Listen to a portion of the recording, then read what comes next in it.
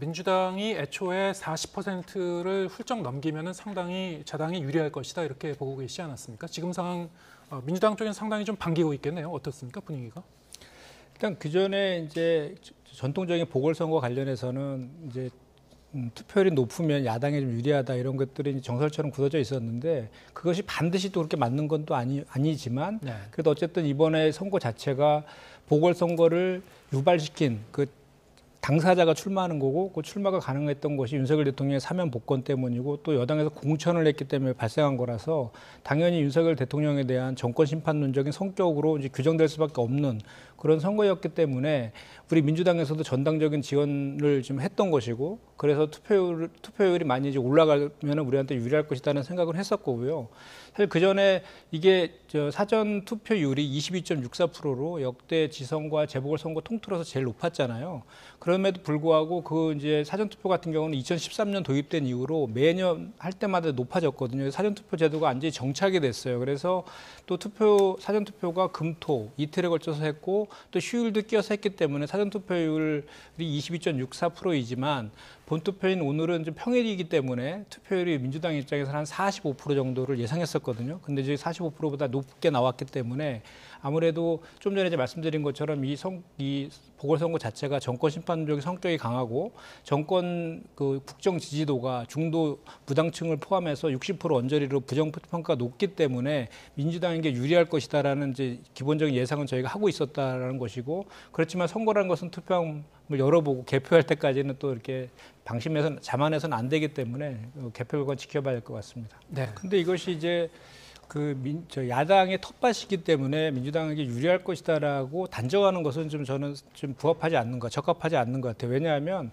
과거의 선거의 결과를 보면은 예. 지난번 그 총선 때에는 그래 코로나 대응을 잘해서 우리 민주당의 후보들이 다 당선된 건 맞아요.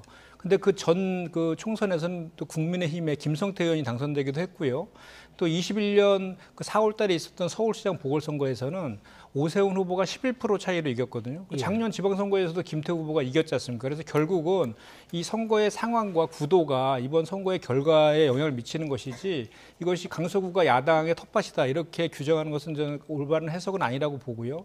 근데 아까도 지금 말씀하신 것처럼 이번 선거 자체가 그 40억의 혈세를 낭비하게 한 당사자가 그것도 헌정사상 처음이잖아요. 당사자가 나와서 그것도 뭐 그 40억 혈세를 낭비한 것에 대해서 사과나 반성을 하기보다는 40억에 대해서 애교로 봐달라고 하는 그 망언을 하는 기본적인 후보의 자질조차도 의심스럽게 하는 그런 후보.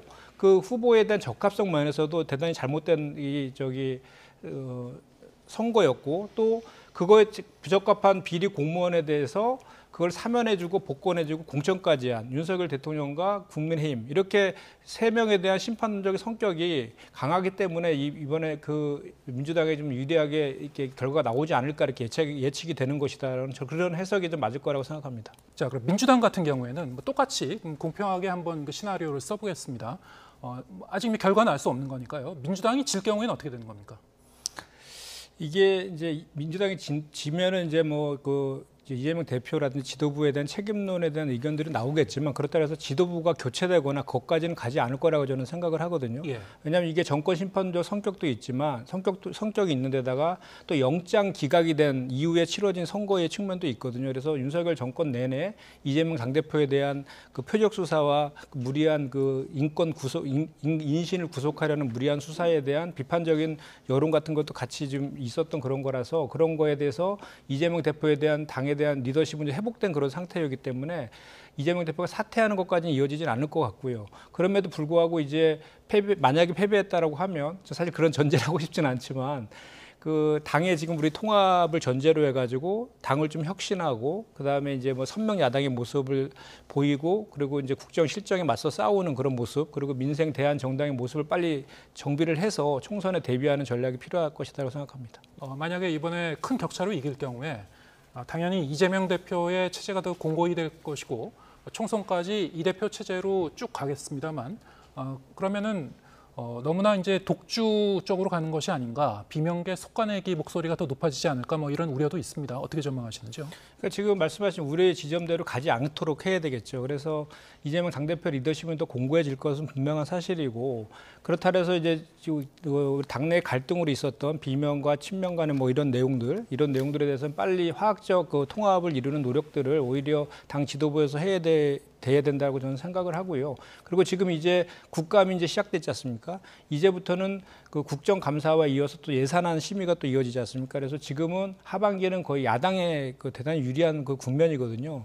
이런 야당의 유리한 국면을 잘 활용해가지고 윤석열 정부의 실정과 무능에 대해서 국민들에게 제대로 잘 알리는 그런 것들을 잘 해내야 될 것 같고, 그리고 우리가 이재명 대표께서 단식 투쟁을 하면서 요구했던 전면적 국정 쇄신, 국정 기조 전환에 대해서 선명하게 요구를 하면서 그때 이제 각종 그 단식 투쟁할 때 그 시민단체라든지 종교계라든지 노동계 등에서 윤석열 정부의 폭력적인 국정 운영에 대해서 우리 더불어민주당과 함께 싸우겠다고 와서 약속한 것들이 있거든요. 그리고 그런 연대, 그 국민항쟁이라고 하는 그런 연대를 우리 민주당에서 잊지 말고 그 강하게 추진해야 되는, 그렇게 됐을 때, 그리고 당도 또 혁신을 했을 때 총선에서 승리할 수 있다 이렇게 생각합니다. 예. 지금 민주당 쪽에서는 이 상황을 좀 어떻게 보고 계시고, 그리고 강서구 총장 선거와 무관하게 이게 흘러갈 거라고 보십니까? 어떻게 보십니까?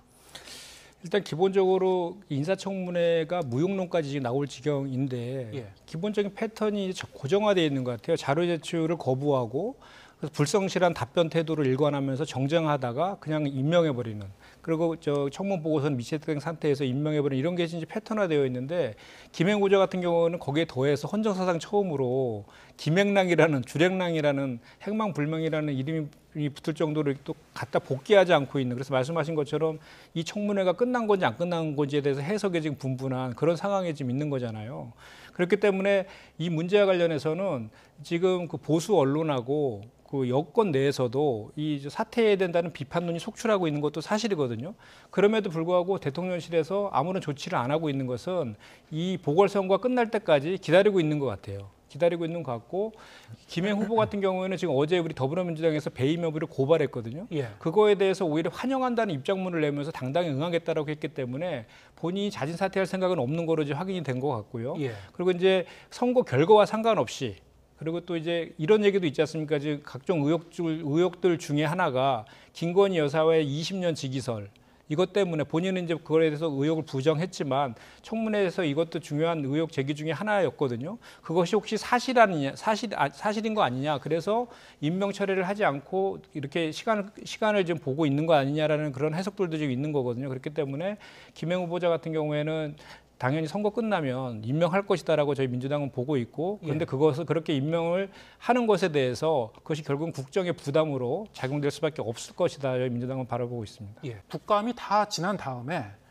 잠시 공석으로 놔뒀다가 조금 뒤에 임명하지 않을까, 뭐 이런 그 시각도 있는 것 같습니다. 어떻게 보십니까?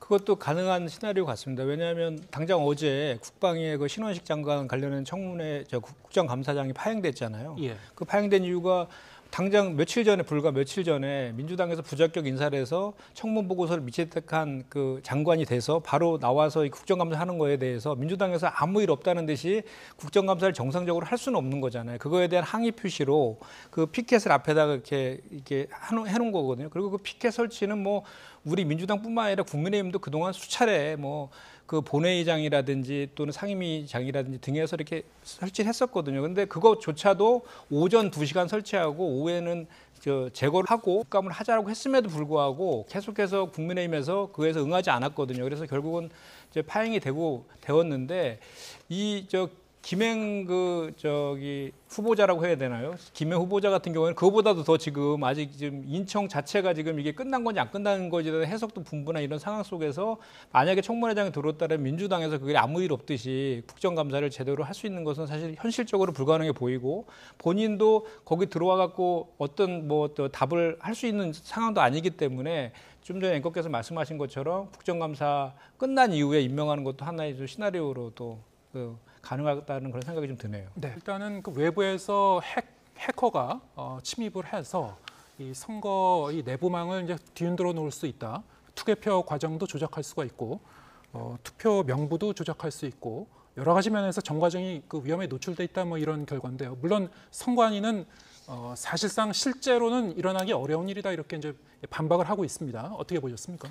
그러니까 좀 전에 말씀하신 것처럼 그런 보안의 문제는 생길 수 있어요. 해킹의 가능성이 있을 수 있죠. 기술적인 해킹 가능성에 대해서 있을 수 있고 그거에 대해서는 점검해가지고 보완해야죠. 예산을 투입하더라도 새로 시스템으로 해서 그런 일이 없을 수 있도록 해야 되는데 그렇게 하면 될 문제이고 그리고 13일 날 선관위의 그 국정감사가 예정되어 있거든요. 그때 우리 더불어민주당도 그걸 따져 물을 예정으로 좀 있었는데 지금 좀 전에 말씀하신 것처럼 공교롭게도 이 보궐선거 투표 하루 전날 이것을 국정원에서 일방적으로 발표를 했단 말이죠. 그래서 이거 국정원의 발표는 제가 볼 때는 방식이라든지 시기라든지 내용 면에서 대단히 선거에 개입하려는 의도가 있다라고 해석할 수밖에 없다라고 저는 생각을 하는 것이요.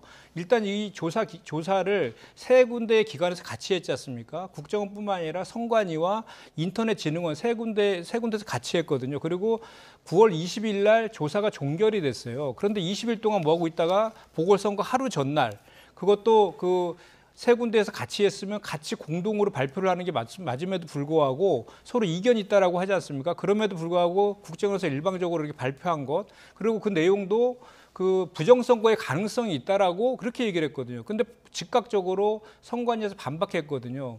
그 기술적인 해킹 가능성과 부정선거와 연관되는 것은 아니고 이 부정선거 시나리오는 불가능하다 이렇게 분명히 반박을 했거든요. 그런 차원에서 보면 이것이 그 우리 민주당 입장에서 봤을 때에는 그 부정선거 음모론과 또는 이 선거에서 패배했을 때 책임 회피용 국민 기반의 의도가 있는 선거 개입이다라고밖에 저희는 볼 수가 없는 것이죠. 네.